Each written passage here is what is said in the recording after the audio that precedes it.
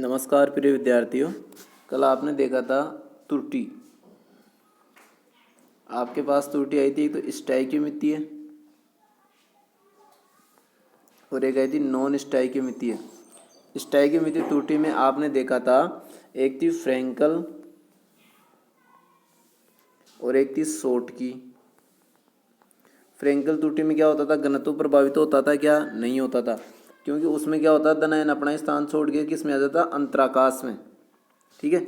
और शॉर्ट की त्रुटि में क्या होता था, जैसे धनायन क्रिस्टल को छोड़कर बाहर आया, जितनी संख्या में धनायन क्रिस्टल को छोड़ के बाहर जाता था, ठीक है, उतने ही ऋणायन क्रिस्टल को छोड़ के क्या चले जाते थे, बाहर चले जाते थे।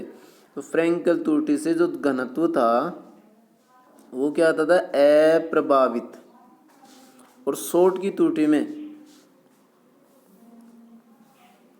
त्रुटि में घनत्व क्या होता था, प्रभावित। घनत्व प्रभावित होता था। ठीक है।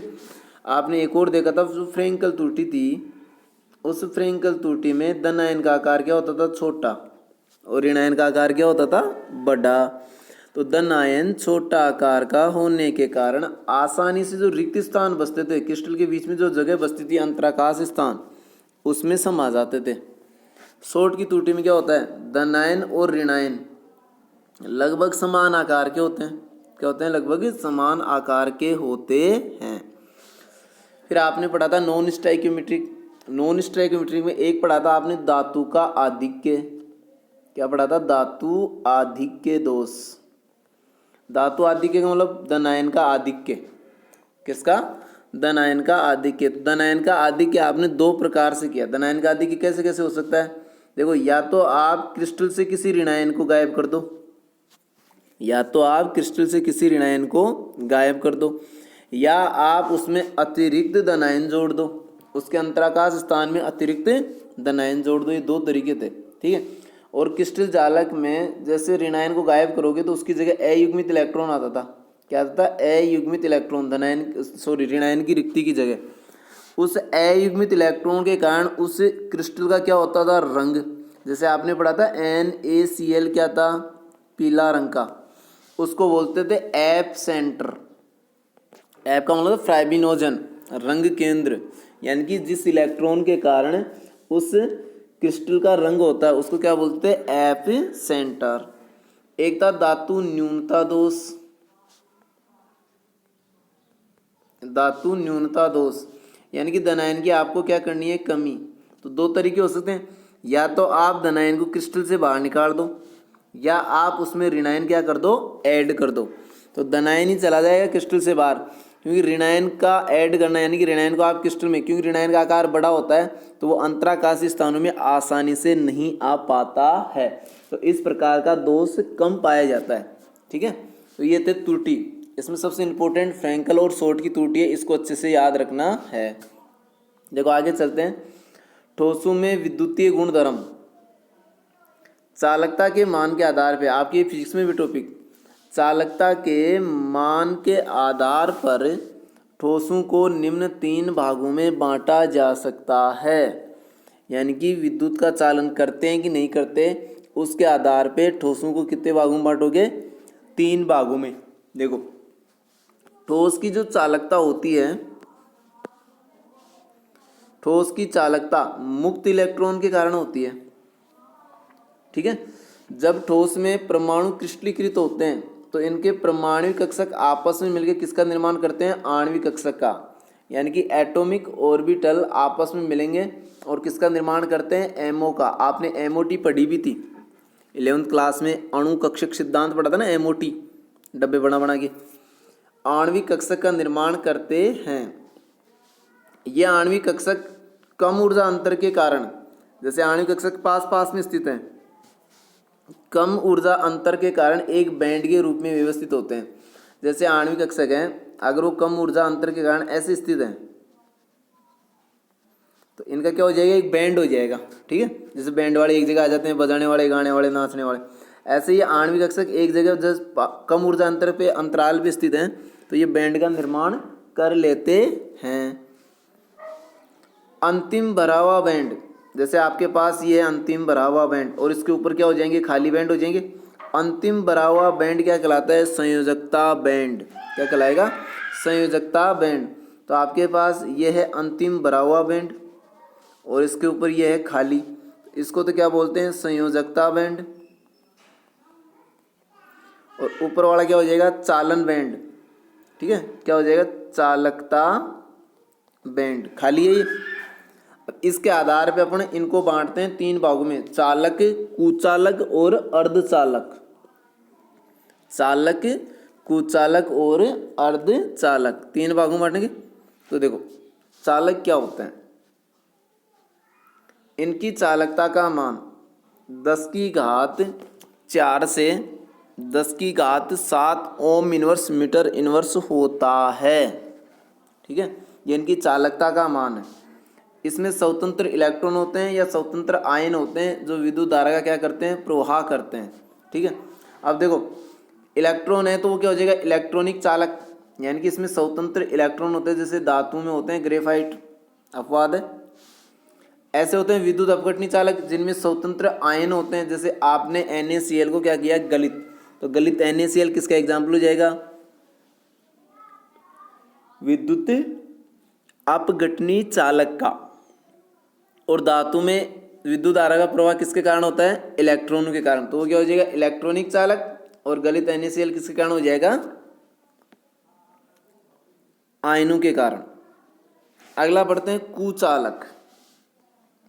कुचालक का मतलब जिसमें चालकता का मान 10⁻⁻20 से लेके और 10⁻−10 ओम इनवर्स मीटर इनवर्स होता है। यानी कि इनमें मुक्त इलेक्ट्रॉन या मुक्त आयन होते ही नहीं, इनमें कभी भी विद्युत का चालन नहीं हो सकता। इसका एग्जाम्पल होता है हीरा, लकड़ी, प्लास्टिक, रबर, ये सब क्या होते हैं? कुचालक। फिर इन दोनों के बीच का आता है एक अर्धचालक, सेमीकंडक्टर। इसको क्या बोलते हैं? सेमीकंडक्टर, अर्धचालक। तो देखो इनकी चालकता का मान 10⁻⁻4 से 10⁻6 से 10⁻4 ओम इनवर्स मीटर इनवर्स होता है। ये जो अर्धचालक होते हैं ये कमरे के ताप पे क्या होते हैं? कुचालक होते हैं। यानी कि कमरे के ताप पे इनमें विद्युत धारा का प्रवाह नहीं होता। लेकिन जैसे अपन टेम्परेचर बढ़ाते हैं, ताप बढ़ाने पर इनकी चालकता क्या हो जाती है? बढ़ जाती है। और इनको क्या बोलते हैं? नेज अर्धचालक, यानी कि शुद्ध अर्धचालक बोलते हैं।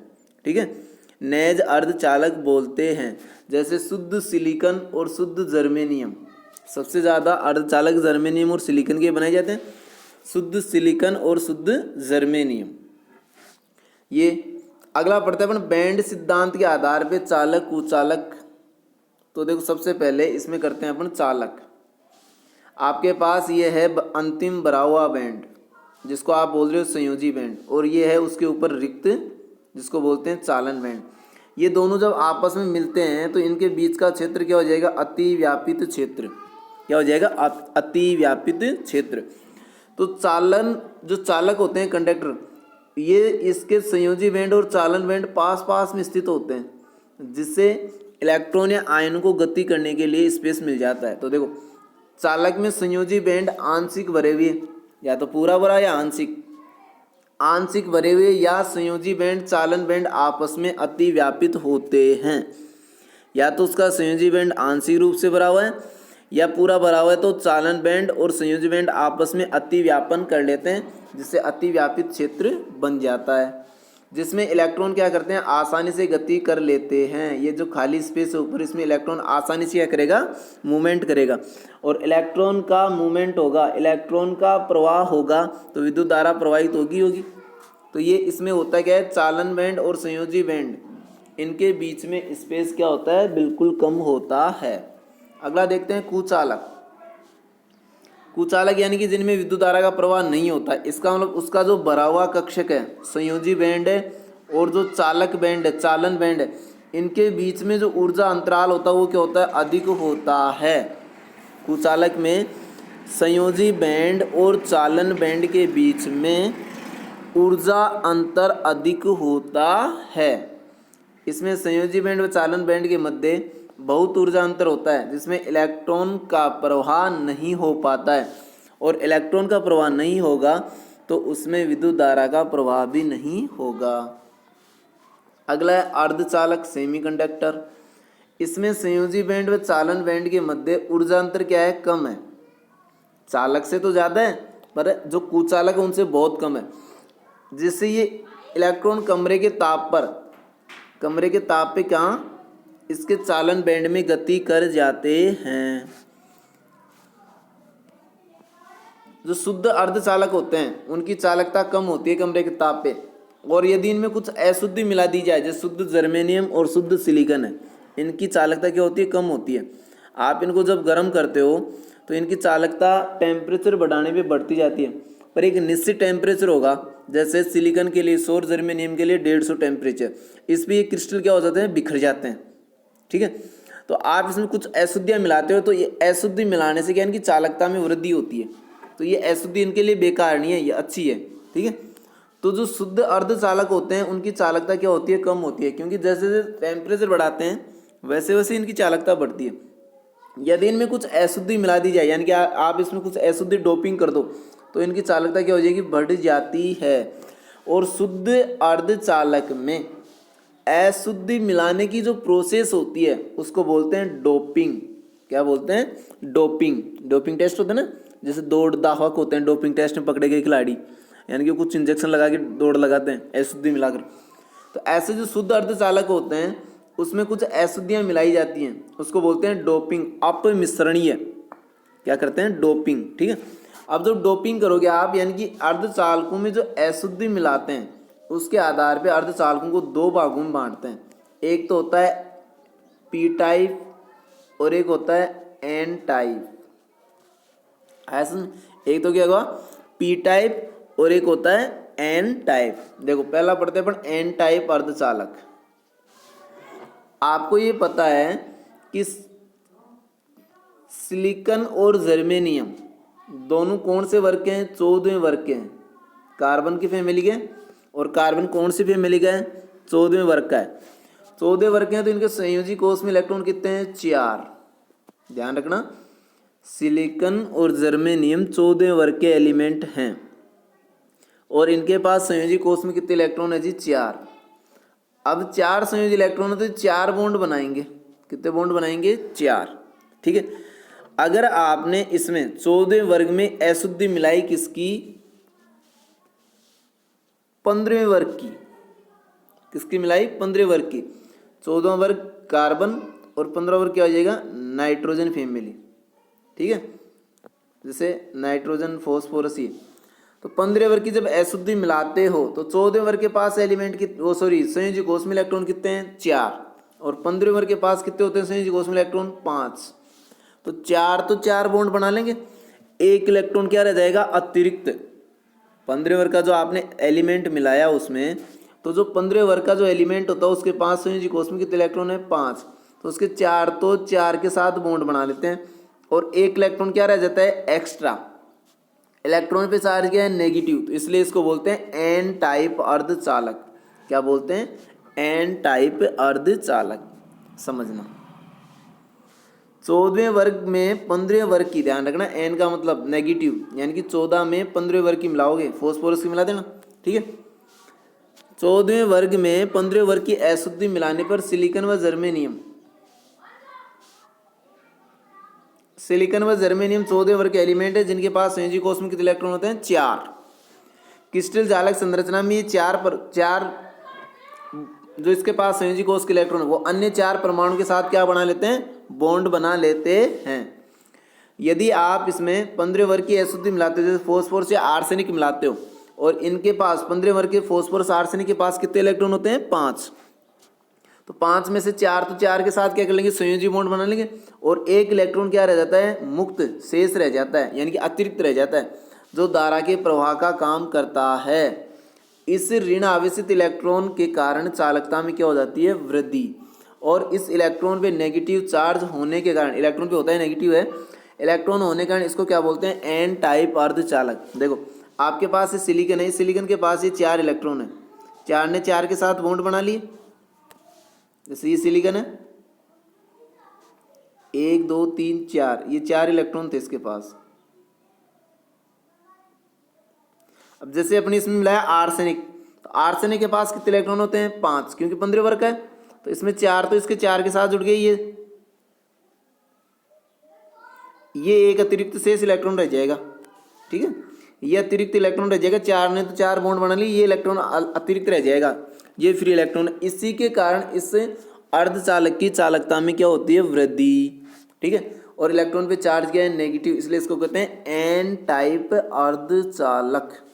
क्या बोलते हैं? एन टाइप अर्धचालक। अगला देखते हैं पी टाइप अर्धचालक। क्या देखते हैं? पी टाइप अर्धचालक। देखो पी टाइप में क्या होता है, जो आपके पास सिलिकॉन और ये थे 14 वर्ग के, आपने इसमें मिलाई 15 वर्ग की, अतिरिक्त इलेक्ट्रॉन रहा, इसलिए इसको एन टाइप कह दिया। यदि मैं 14 वर्ग में अशुद्धि मिला दूं 13 वर्ग की, 13वें वर्ग में जैसे आपके पास ये बोरोन, एल्यूमिनियम ये आते हैं, इसके पास संयोजी कोष में कितने इलेक्ट्रॉन है? 3, और 14वें वर्ग के पास कितने हैं? 4। तो इसमें 3 तो जोड़ लेंगे, तो एक की क्या हो गई? कमी हो गई ना, तो इसमें क्या बन जाता है? होल बन जाता है। क्या बन जाता है? होल। तो इस धनावेश जो आपका होल है वो किसकी तरह काम करता है? धनावेश की तरह काम करता है, इसलिए इसको कहते हैं पॉजिटिव टाइप, पी टाइप अर्धचालक। क्या बोलते हैं? पी टाइप अर्धचालक। तो सिलिकॉन व जर्मेनियम में 13वें वर्ग की अशुद्धि मिलाते हैं तो कौन बनते हैं? पी टाइप अर्धचालक बनते हैं। यानी कि आप इसमें बोरोन, एल्यूमिनियम मिलाते हो तो इनके जो 3 संयोजी इलेक्ट्रॉन है वो 3 बॉन्ड बना लेते हैं, और एक इलेक्ट्रॉन की कमी है, उस इलेक्ट्रॉन के स्थान पे क्या रह जाता है? रिक्ति रह जाती है, उसको बोलते हैं होल, छिद्र। जब आप इसमें विद्युत क्षेत्र लगाते हो तो ये होल धनावेश की भांति कार्य करता है तथा ऋण आवेशित पोल की ओर गति करता हुआ प्रतीत होता है, और इस प्रकार के अर्धचालक को बोलते हैं पी टाइप अर्धचालक। देखो ये आपके पास सिलिकॉन है, सिलिकॉन 4-4 बॉन्ड बना रहे हैं, क्योंकि संयोजी कोष में कितने इलेक्ट्रॉन है? 4। आपने इसमें मिलाया एल्यूमिनियम, एल्यूमिनियम के पास संयोजी कोष में कितने इलेक्ट्रॉन है? 3, तो इसने ये 3 बॉन्ड बना लिए। अभी इसके पास तो 4 है सिलिकॉन के, तो ये चौथा बॉन्ड बनाएगा, तो इसके पास ये रिक्ति है, यहाँ पे इस होल में इलेक्ट्रॉन नहीं है, तो ये क्या रहेगी? रिक्ति। और ये रिक्ति किसकी तरह काम करती है? धन आयन की तरह काम करती है, इसलिए इसको कहते हैं पी टाइप अर्धचालक। क्या बोलते हैं? पी टाइप अर्धचालक। तो सबसे इंपॉर्टेंट बात, 14वें वर्ग में 15वें की मिलाते हो तो इसको बोलते हैं एन टाइप। 14वें वर्ग में 13वें की अशुद्धि मिलाते हो इसको बोलते हैं पी टाइप। क्या बोलते हैं? P type. एन टाइप यानी अतिरिक्त इलेक्ट्रॉन, पी का मतलब होल। ठीक है, थैंक्स।